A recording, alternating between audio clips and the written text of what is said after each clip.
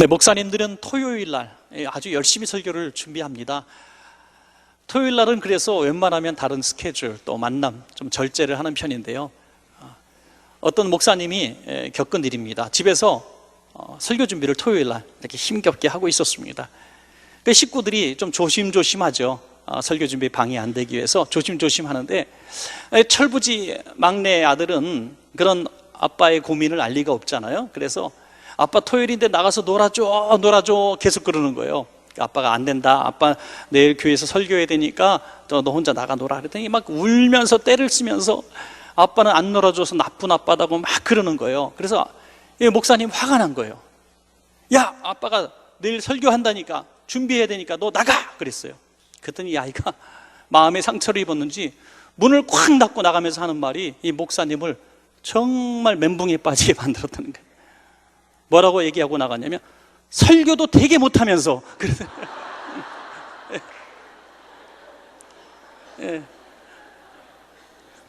설교는 잘하면 내가 뭐 참아주는데 설교도 되게 못하면서 뭘 놀아주지도 않냐고 아기가 그러고 나갔대요. 근데 이 목사님이 상처가 됐고 이게 얘가 들을 때도 내가 설교를 되게 못한 목사구나. 그러면서 많은 생각을 했는데 다음 주일날 역시나 설교를 그 말이 계속 맴돌아가지고 완전히 못했다는 겁니다. 그러면서 저는 이 얘기를 들으면서 그런 생각이 들어요. 이 목사님 이런 생각을 하지 않았겠나. 나는 둘 중에 하나도 잘하면 좋을 텐데 둘 다 못했구나. 아이하고 놀아주는 것도 못하고, 그렇다고 해서 설교도 잘 못하고 목회도 잘 못하고 가정도 잘못 돌보고 나는 잘하는 게 없구나 하면서 굉장히 아마 실족하지 않았겠는가, 그런 생각을 해봅니다. 인생이 무엇이냐고 물으신다면 저는 후회다. 지나오면 다 후회할 일뿐이 없습니다. 여러분들 놀아줘 했던 애들이 눈 감았다 뜨니까 다 시집 장가 가버렸어요. 그죠? 어느 날 갑자기 대학생이 돼가지고 우리가 놀아줘 그래도 바빠서 안 놀아줍니다. 눈 감았다 뜨면은 갑자기 그렇게 세월이 가버렸어요. 그때 하지 못한 일들 우린 다시 기회를 얻을 수가 없는 것이죠. 그래서 무슨 후회를 하냐면 그때 이렇게 했어야 하는데 하는 후회를 하고요, 또 하나는 그때 그렇게 하지 말았어야 하는데 하면서 또 후회스럽습니다. 어떤 시골에서 어머니가 모처럼 올라오셨어요. 예고도 없이. 그래서 딸아, 오늘은 너희 방에서 너랑 같이 자고 싶다. 그랬더니 이 딸도 엄마 왜 불편하게 그러세요? 혼자 주무세요 하고 딸 방을 내어드리고 침대에서 혼자 주무시게 했죠. 그런데 그게 마지막이었다는 거예요. 고향으로 가신 어머니는 곧 돌아가셨습니다. 그래서 내내 후회가 되는 거죠. 같이 좀 자자 했던 엄마의 손길을 부르친 게 너무너무 후회스러워가지고 한평생 괴로웠다는 얘기를 들었습니다. 그래서 우리 인생은 다 후회예요. 잘한다고 했는데도 후회고요, 또 우리는 하지 못한 것들에 대해서 또 많이 후회하며 살아갑니다. 그래서 우리는 최선의 선택을 해야 후회를 줄일 수가 있습니다. 우리 인생은 늘 선택의 연속이죠. 뭘 선택하느냐.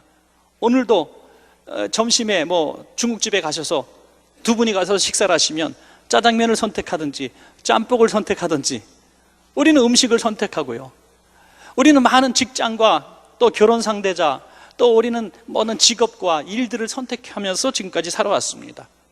할 수만 있다면 최선의 선택, 좋은 편을 선택하는 것이 얼마나 큰 복이겠습니까?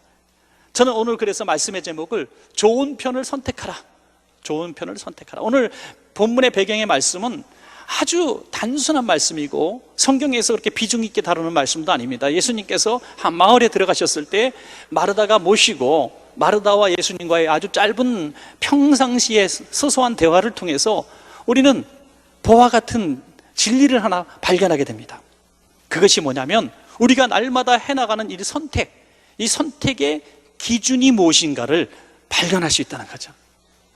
선택의 기준. 오늘 이 말씀을 통해서 우리가 앞으로 살아가면서 이 선택의 기준대로만 우리가 선택해 갈 수 있다면 우리는 후회를 줄일 수 있는 인생, 가장 하나님께서 기뻐하시는 인생이 될 줄로 믿습니다, 여러분. 그래서 오늘 말씀을 통해서 이 하나님의 관점에서 바라본, 또 우리가 말씀에서 말씀하시는 이 가장 우리에게 올바른 선택, 좋은 선택, 최선의 선택이 뭔가, 그 비결 두 가지만 우리 살펴보도록 하겠습니다. 첫째로, 때를 따라 선택하라는 것이죠. 때에 맞는 선택을 하라는 거죠. 여러분, 이 선택을 할 때에 항상 좋은 선택이 있을 수 없고 항상 나쁜 선택이 있을 수 없습니다. 그때에 그것을 선택하는 것이 최선의 선택이 된다는 거죠. 아주 유치한 예화를 한번 드려보겠습니다. 날마다 나 갈비 먹고 싶다, 갈비 좀 사줘 하는 분이 있었는데, 시간 없다 바쁘다 안 사시더니 그분이 치과 가서 이빨을 뽑으신 날, 치아를 뽑으신 날 갈비 산다고 전화를 합니다. 그러면 니나 많이 먹어라 그러잖아요. 예. 그분이 필요할 때 먹고 싶다고 하는 그날이 최선의 선택의 날이죠. 그날 사줬으면 얼마나 좋았을까요? 그러니까 최선의 선택, 좋은 선택이라고 하는 것은 그때에 맞는 선택입니다. 그건 지나가 버리면 아무 소용이 없는 거예요. 뒀다가 다 썩어버리는 게 얼마나 많은지 알 수 없어요. 어르신들 참 소천하시고 나면은 그 집안 정리하다가 자녀들이 또 한 번 운다는 게 뭐냐면, 너무 좋은 것들을, 새 옷들을 뚜껑도 안 열고 그냥 쌓아 놓으신 거예요. 속옷들 우리 손주, 손녀가 사다 드리면 아까워서 못 입으시는 거예요. 그게 이만큼 쌓여 있는 거죠. 참 안타깝잖아요. 여러분, 어르신들, 원천계 어르신들은 오늘 집에 가셔서 제일 새 거 박스 뜯어가지고 찐빙을 내일 입으시기 바랍니다. 그 아까워할 게 아니에요. 지금 내가 최고로 좋은 것을 누리는 게 얼마나 복인가 하는 것이죠. 이게 타이밍이라 그러잖아요. 타이밍이 얼마나 중요한지 모르겠습니다. 여러분, 마르다에게서 굉장한 우리는 강점을 발견할 수 있어요. 마르다는 보통 사람이 아닙니다. 오늘 예수님께서 한 마을에 들어가셨을 때 마르다는 그 소식을 미리 알고 있었습니다. 정보를 들었어요. 그래서 딱 기다리고 있다가 준비 다 완벽하게 해놓고 예수님 저희 집에 오십시오라고 초청한 사람입니다. 누가복음 10장 38절입니다. 그들이 길 갈 때에 예수께서 한 마을에 들어가심에 마르다라 이름하는 한 여자가 자기 집으로 영접하더라. 예수님 오십시오 하고 기다렸습니다. 문을 열었습니다.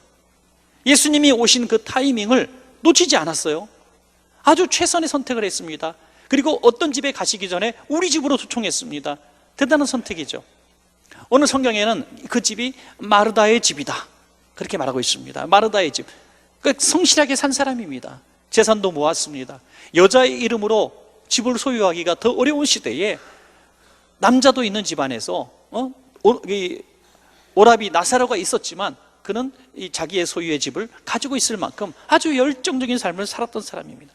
또한 그는 손끝으로 수고도 할 줄 아는 사람입니다. 열심히 집 청소도 하고 음식도 열심히 만들어서 예수님을 잘 대접하고 싶은 아주 선한 마음을 가졌던 그런 귀한 분입니다.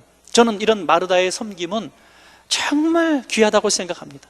오늘 본문에는 왠지 마르다의 이 헌신이 좀 평가절하되는 것 같이 여겨져서 참 안타까운 부분이 없지 않아 있습니다. 마르다가 없으면 어떻게 교회가 유지되고, 마르다가 없으면 어떻게 집이 유지되고, 마르다가 없으면 어떻게 기업이 유지되겠습니까? 집에서 하루에 몇 번씩 설거지 하시고, 애들 옷 빨래하고, 또 뒷바라지 하고, 또 많은 교회 일들 하고, 또 그러면서 또 소일거리 또 찾아서 일도 하고, 살림에 보태기 위해서 그렇게 많은 분들, 마르다 같은 분들이 얼마나 많은지 알 수 없습니다. 우리 교회도 이 청소하시는 막 이런 수고들, 예배당 이 의자 하나 다 우리 성도님들의 손길을 통해서 토요일날 다 닦은 거예요. 바닥에 먼지 하나 없도록 줍고, 강단 닦고, 또 주차장 청소하고, 또 여러분들이 음식을 만들고, 평일날 오면 매일매일 음식을 해요. 매일매일 설거지를 하세요. 그런 수고하면 참 얼마나 미안한지 알 수 없어요. 그래서 그냥 청소 안 하고 밥도 안 먹고 그냥 그래 살아갔으면 좋겠는데 그렇게 할 수 없으니까 그 손길들이 계속 필요한 거죠. 여러분, 이렇게 크게 수고했던 마르다인데 왜 칭찬은 마리아가 듣냐 이거예요. 속이 상하지 않아요? 마르다는 다 준비해서 예수님을 모셔드렸고, 음식을 준비하고 모든 것을 주최한 주최측인데 한 번도 등장하지 않았던 마리아가 예수님 칭찬을 듬뿍 받고 마리아는 책망은 아니지만 부끄러움을 당했습니다. 왜 그랬을까요? 타이밍을 제대로 보지 못했기 때문이죠. 타이밍을 놓쳤기 때문이죠. 여러분, 제가 마르다와 마리아가 예수님 모시기 그 전의 상황을 한번 설명하기 위해서 타임머신을 타고 그 전에 한번 가봤습니다. 예수님 오시기 전에 그 상황이 어땠을까요? 야, 마르다가 이렇게 얘기했어요. 마리아야, 예수님 이웃말로 오셨는데 곧 우리 마을에 오실 거야. 내가 오시면 우리 집에 모실 거야. 그러니까 집 청소 좀 하자. 집 청소 막 했을 거예요. 지금도 신방 가면요, 어떤 연립주택 4층 신방 가는데 1층에 물이 뚝뚝 떨어지더라고. 계단에 4층에서부터 물을 뿌린 거야. 이렇게 1층까지 카펫도 안 깔아주셔서 참 다행인데, 하여튼 집 청소를 하시더라고요. 어떤 분은 뭐 옛날에는 등도 갈고 도배도 했다는 분이 있는데, 그건 옛날 전설의 고향에 나올 얘기지만, 하여튼 이렇게 예수님 모시는 거에 대해서 얼마나 설레고 준비했겠냐 하는 거죠. 그때 마리아도 놀았는가? 아니요, 마리아도 바빴습니다. 집 청소하고요, 이마트 가서 물음식도 사오고 물도 준비하고 방도 닦고 다 했을 거예요. 마리아도 되게 분주하게 뛰어다녔습니다. 그런데 예수님이 오시는 순간 마리아는 예수님 곁에 딱 붙어서 말씀에 집중했다고 하는 것입니다. 마르다가 예수님을 모신 것이 잘못한 것이 아니라, 또 예수님 오셨을 때 음식한 것이 잘못이 아니라, 이 모든 것들은 예수님 오시기 전에 했어야 될 일이고, 예수님이 오셨을 때는 예수님 곁에 딱 붙어서 예수님의 말씀을 들어야 했다는 것입니다. 마리아는 이걸 놓친 거예요. 예수님께서 너무나 답답하시고 안타까워서 뭐라고 말씀하십니까? 얘야, 마르다야, 마르다야, 2번이나 부르세요. 네가 많은 것을 준비하려고 근심하고 염려하는데 그렇게 하지 마. 나 위한 것이 아니야. 나는 음식 한 가지만 있어도 돼. 아니, 뭐 없어도 괜찮아. 내가 뭐 먹으려고 왔냐? 나는 너와 교제하고 싶어서 왔어. 내가 하나님의 말씀을 전하고 싶어서 왔어. 그러니까 나한테 좀 집중해 주면 안 되겠니? 주님은 그렇게 말씀하시는 것입니다. 여러분, 때로는 우리 사역이 우리 예배에 방해가 되고, 내가 주님을 위해서 열심히 했던 어떤 수고들이 너무나 피곤하고 지쳐서 주님의 말씀 듣는데 방해가 된다면 그건 옳은 일이 아니라는 것입니다. 여러분, 오늘날 수많은 교회와 수많은 성도들이 정말 열심히 수고들 많이 합니다. 정말 많은 봉사들을 하고요, 정말 들을 때 미안할 정도로 교회에서 많이 일을 합니다. 그렇지만 더 중요한 것을 놓쳐서는 안 됩니다. 그것은 주님과의 교제인 줄로 믿으시기 바랍니다. 주님을 만나지 못하고 주님과 교제하지 못하고 오늘 거룩한 주일날, 오늘 7월 15일 거룩한 주일날 일만 하다 왔다, 그게 무슨 의미가 있겠느냐 하는 거죠. 여러분, 마르다가 책망받은 것은 물론 아닙니다. 성경에 마르다를 책망했다는 말씀은 하나도 나오지 않아요. 하지만 마리아가 칭찬을 받았다는 거죠. 언니 덕분에 예수님을 만났고 언니 덕분에 예수님 곁에 설 수 있었던 그가 칭찬을 받았습니다. 그래서 저는 이렇게 생각합니다. 마르다는 예수님을 잘 모심으로 말미암아 성경에 기록된 선한 섬김의 모델이 되었지만, 마리아는 역사적인 인물이 되었습니다. 역사적인. 왜냐하면 그 이후에 마르다의 행적을 통해서 마리아가 얼마나 위대한 일을 했는지 드러나기 때문입니다.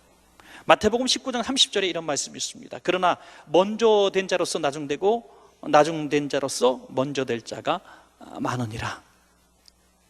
모든 것을 준비하고 그 가정의 가장 같은 마르다보다 늦게 조그맣게 드러났던 마리아가 이후에 더 엄청난 주님의 위로가 되는 일을 하게 되는 것입니다. 여러분, 육신적으로는 우리가 그런 질투를 하면서 영적인 질투를 하지 않는 것이 문제입니다. 직장에 갔는데 과장이 됐어요. 과장이 됐는데 신입사원이 왔는데 신입사원이 조금 있다가 나보다 먼저 부장을 달고 이사가 됐다고 합시다. 얼마나 속이 상하겠어요. 나보다 후배로 들어온 초급장교가 별을 먼저 달아요. 얼마나 속상하겠습니까? 여러분, 이런 일에 아주 속상하고 괴로워하면서 영적인 일에 그런 속상함이 우리 가운데 없다는 게 문제예요. 예수 믿은 지 50년 됐어요. 30년 됐어요. 그런데 3년 전에 예수 믿은, 예수의 옛자도 몰랐던 사람, 내가 전도한 그 사람이 나보다 성경을 더 많이 하네. 나는 한 명도 전도하지 못했는데 전도를 3명이나 했대요. 나는 우리 교회 성도들 다 알지도 못하는데 그분은 이 사람 다 알고 댕기고 목사님의 기도도 맨날 받고 있어요. 여러분이 영적으로 좀 질투심이 나야 되지 않겠습니까? 영적으로 속상해야 되는 거죠. 마르다는 그런 속상함을 가지고 있어야 되는데 그걸 갖지 못했다는 거예요.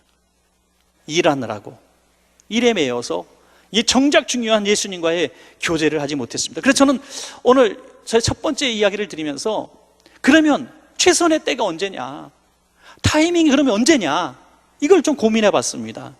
역시 성령님이 말씀하시는 그때 순종하는 것이 최선의 선택이라고 믿습니다. 여러분, 우리는 알 수가 없습니다. 우리는 언제 무슨 선택을 해야 되는지 우리는 알 수가 없습니다. 그러므로 성령님의 음성에 귀를 기울여야 합니다. 성령님이 말씀하실 때 아멘하고 순종하는 것이 바로 최선의 선택을 하는 타이밍이 될 줄로 믿습니다. 여러분, 우리 교회 와서도 말씀을 증거하셨던 그 아마존 선교사님인 김철기 선교사님의 얘기를 잘 아실 겁니다. 최근에도 가슴 찢는 회개라는 책을 쓰셨는데요, 그 책을 읽다가 한 부분을 소개하고자 합니다. 아마존 선교를 한참 하셨을 때인데 갑자기 성령님이 막 마음에 뜨거움을 주시더라는 거예요. 느닷없이 기도해라, 부르짖는 기도해라, 부르짖는 기도해라. 그래서 영문도 모르고 그냥 주여 주여 하고 기도합니다. 근데 한 달쯤 기도하면 뭔가 기적이 일어날 줄 알았는데, 교회가 막 부흥하고 신학생들이 막 어떻게 될 줄 알았는데 아무 일도 일어나지 않습니다. 그런데 기도는 계속 하라고 하시는 거예요. 그래서 영문도 모르고 또 교회 가서 또 주여 주여 기도합니다. 그러다가 목이 다 상했대요. 그분이 막 부르짖는 기도 하시는 분이 아니었던 것 같아요. 그래서 주여 주여 하다가 목이 상해서 기도를 할 수 없을 정도로, 그래서 6개월을 기도해도 1년을 부르짖어 기도해도 아무 일도 일어나지 않더라는 거예요.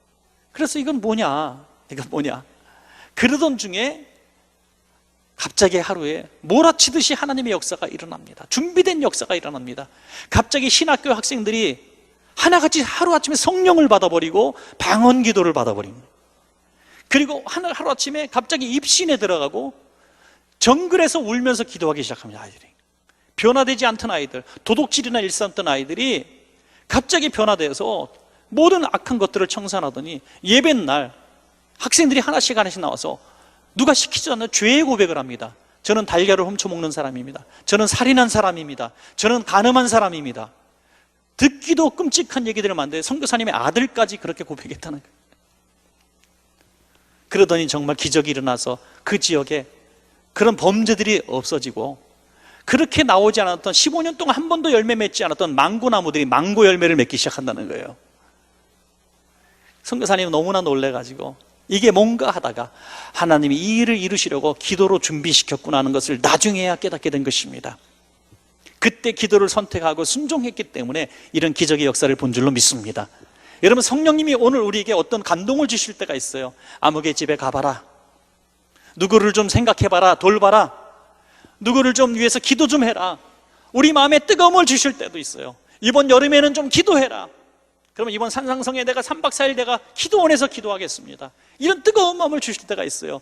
그 마음을 거절하지 마시고 아멘하고 순종하는 것이 가장 좋은 선택이 될 줄로 믿으시기 바랍니다. 마지막 두 번째는 하나님의 관점을 가져라 하는 것이죠.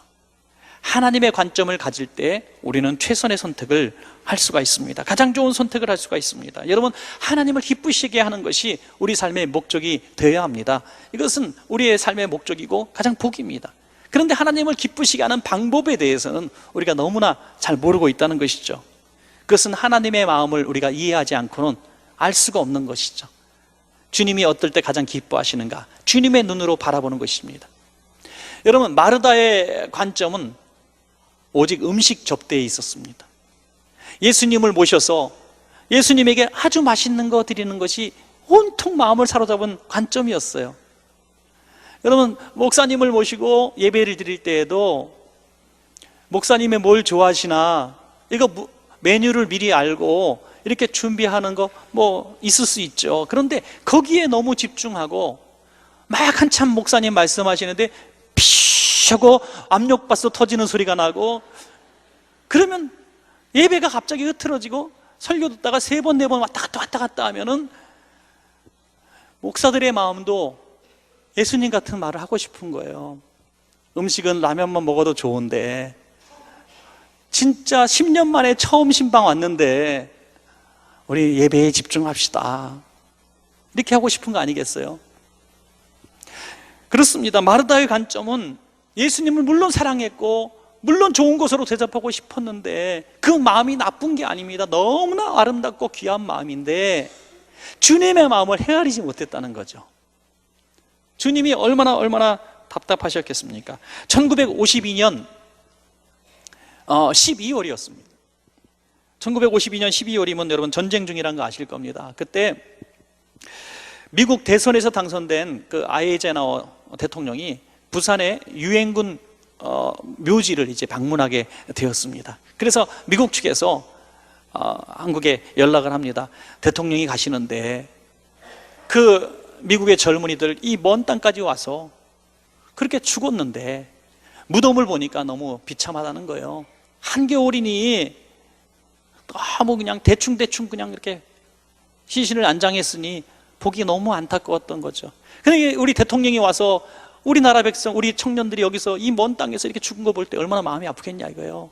그래서 좀 거기다가 좀 이렇게 좀 잔디라도 좀 입혀주면 좋겠다, 파란 잔디, 이렇게 요청을 한 것입니다. 그래서 한국에서 해주겠다 이렇게 얘기했는데 업자가 하나도 달려들지 않는 겁니다.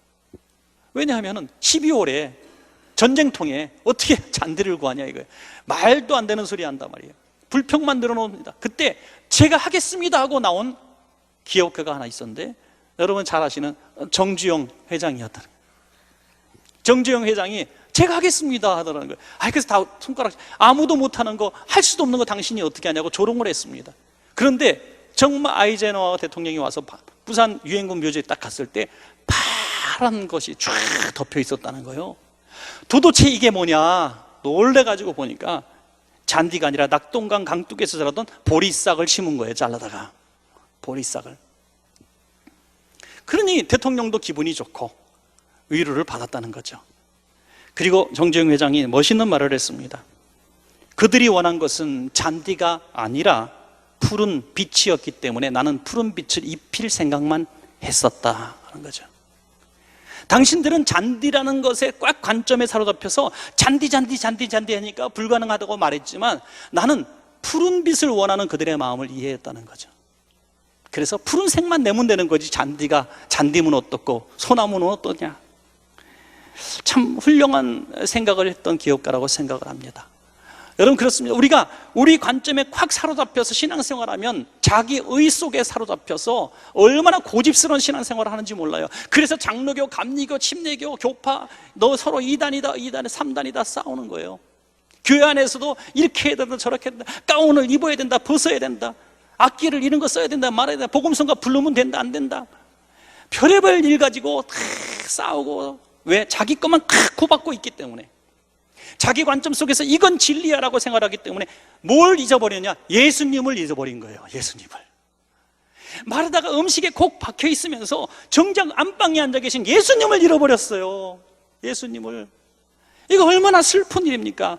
여러분 이 땅에 수많은 교회가 있고 수많은 믿음의 사람이 있지만 예수님을 잃어버리고 신앙생활하는 사람이 얼마나 없어요. 예수님을 전혀 관심 두지 않고 교회를 왔다 갔다 하는 사람이 얼마나 많은지 알 수 없습니다. 우리는 여기서 내 관점이 가진 얼마나 중대한 오류가 있는지를 우리는 인정해야 합니다. 여러분 우리가 그런 마르다의 관점으로 내 관점으로 신앙생활하는 사람의 중요한 증거들이 있습니다. 그것을 한번 여러분 진단해 보셨으면 좋겠어요. 제가 콕 찌르는 말이라 아플 수 있습니다. 그거는 뭐냐면 기쁨이 없다는 거예요. 신앙생활에 기쁘지 않습니다. 왜? 예수님을 바라보면 기쁠 텐데 내가 해야 될 이 임무를 바라보기 때문에 기쁨이 없어요. 나 성공해야 돼, 나 잘 돼야 돼, 우리 애들 잘 돼야 돼, 나 교회에서 인정받아야 돼, 요번에 여름 성경과 잘해야 돼, 요번 찬양 잘해야 돼, 실수하면 안 돼. 온통 성공에 대해서 관심이 많아요. 목사님들도 교회가 부흥 안 되면 난 목회 실패자야, 우리 성도님들 빚을 잘 갚아야 돼, 뭐 문제가 잘 해결돼야 돼, 교회가 안전해야 돼, 이런 온통 근심 속에 건물 유지, 또 우리 교회의 성도 수에 대해서 관심을 지나치게 갖다 보니까 예수님을 안방에 모셔놓고 잊어버리고 있는. 예수님이 여기서 말씀하시는 거 안 들려요? 야, 나 좀 봐줘. 저는 살짝 들렸는데 안 들리셔요? 나 투명 인간이니?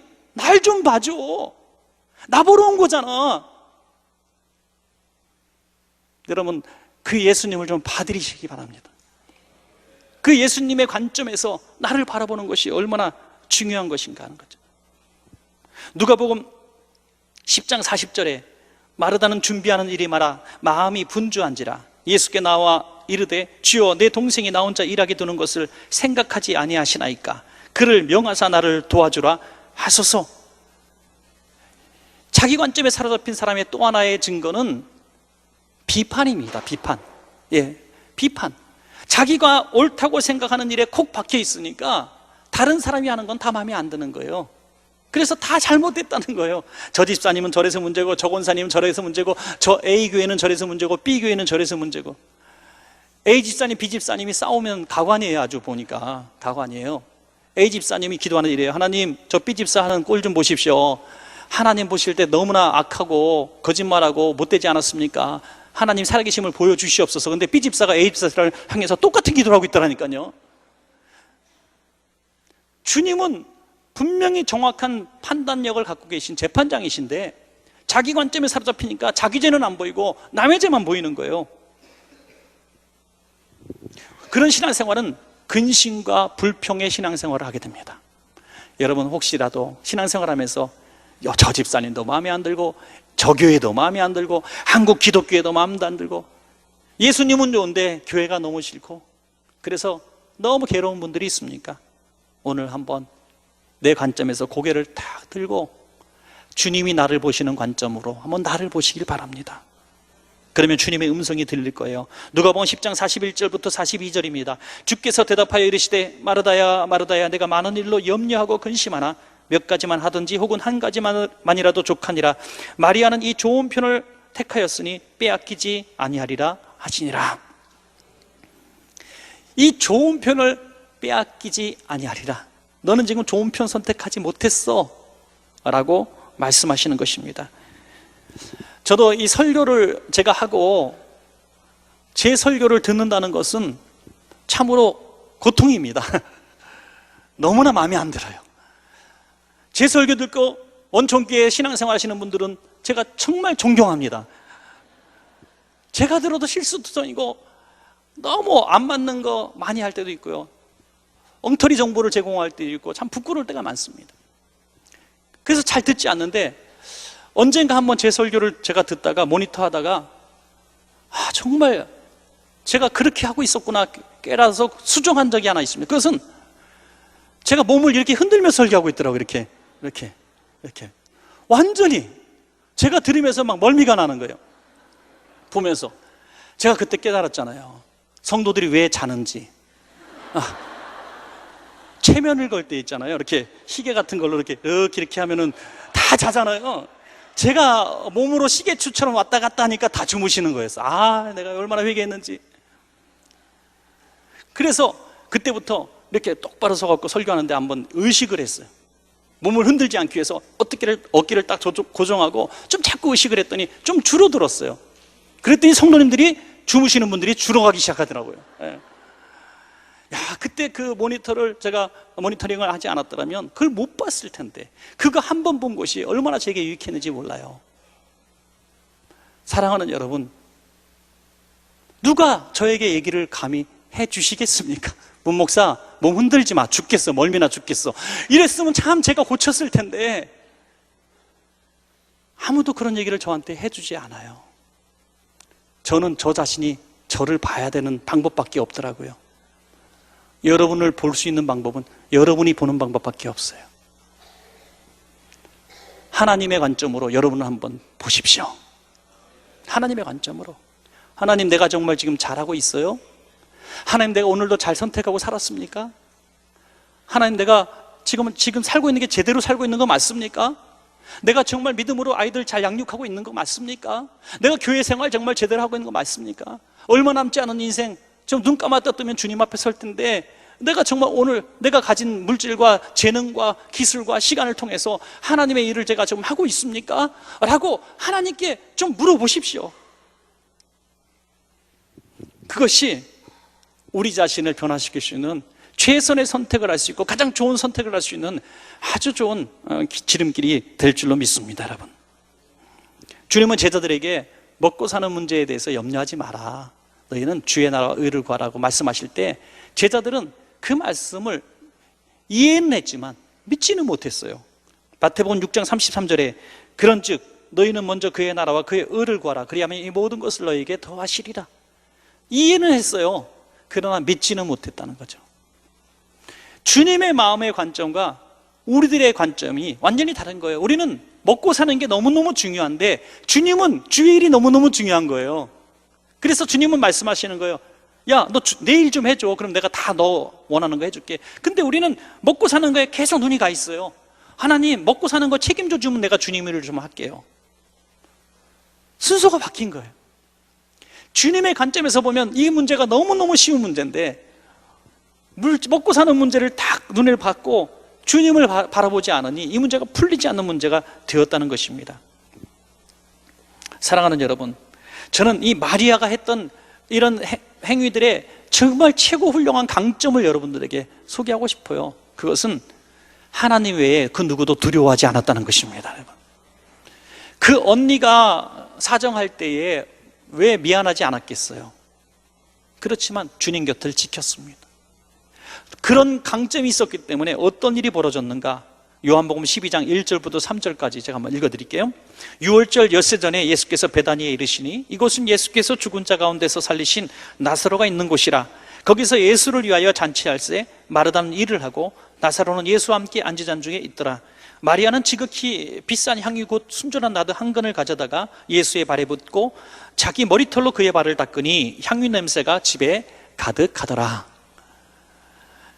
하나님의 말씀을 듣고 예수님 곁에 꼭 붙어 있었던 사람은 예수님이 뭘 원하시는지 알았다는 거예요.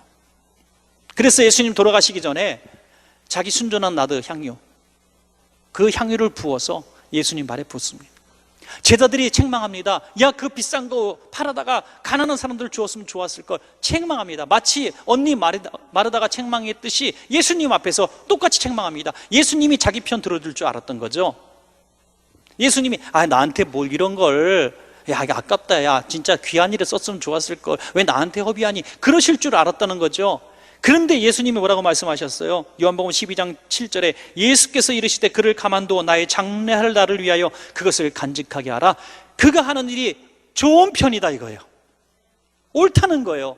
여러분, 우리의 모든 선택의 심판자는 예수님밖에 없습니다. 사람 의식하고 인기 영합하고 표 따라 움직이고 그러지 마시고 정말 예수님이 원하시는 게 무엇인지, 정말 정의가 무엇인지, 무엇이 하나님의 기쁨이 되는지, 무엇이 사람을 위한 것인지 그걸 생명 걸고 선택하는 겁니다. 그런 사람이 역사의 주인공이 될 줄로 믿습니다. 여러분, 저는 우리 아버님이 하신 선택 중에서 참 잘하신 선택이 하나 있다고 봐요. 우리 아버님은 평북 의주세요. 평북 이북 분이신데 오형제가 같이 사셨습니다. 공장을 하시고. 그런데 그때 평북 의주에서 좀 위에 만주에서 이제 공장을 하시면서 오형제 형제분들이 같이 사셨고 신앙생활을 그때부터 하고 계셨습니다. 그런데 중국이 공산화가 되면서 전체적으로 이제 예수 믿기 어려운 상황이 점점 만들어져가고 있었고 또 이북이 점점 공산화되고 있는 그런 상황에 놓여 있는 것을 아셨습니다. 그래서 전쟁 발발하기 바로 얼마 전에 이제 온 가족이 모여서 시집 가신 우리 고모님 빼고 온 가족이 오형제가 모여서 가족회의를 하셨답니다. 이곳에서 남아있으면 공장은 지킬 수 있겠지만 우리는 신앙생활은 포기해야 된다. 저 남쪽으로 신앙의 자유를 찾아 남쪽으로 갈까? 여기서 그냥 있을까? 가려면 다 우린 잃어버리고 포기하고 간다. 그때 공장이 3개가 있었대요. 공장 3개 다 포기하고 가야 된다. 어떻게 하겠느냐?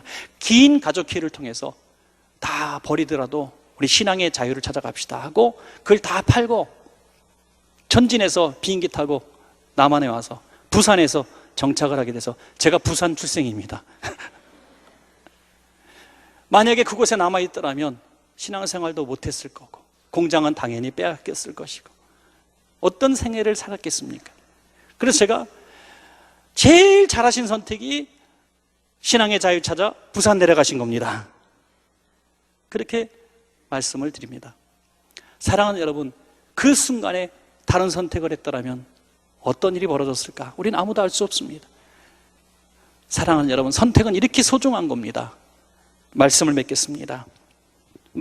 마리아의 선택을 칭찬하신 이유는 성령의 인도하심 따라서 그때에 맞는 선택을 했기 때문에 주님이 칭찬하셨습니다. 그리고 하나님의 관점으로 나를 내려다보면서 내 주관과 내 고집이 아닌 하나님의 마음에 기쁨이 되는 선택을 했기 때문에 하나님이 칭찬하셨습니다. 이 귀한 선택, 밭에 감 주인 보화를 찾듯이 하나님 나를 선택하신 여러분, 이 선택의 기준을 가지고 앞으로 살아가신다면 성공하는 인생이 될 줄로 믿습니다. 여러분 모두에게 이런 복이 있기를 간절히 축원합니다.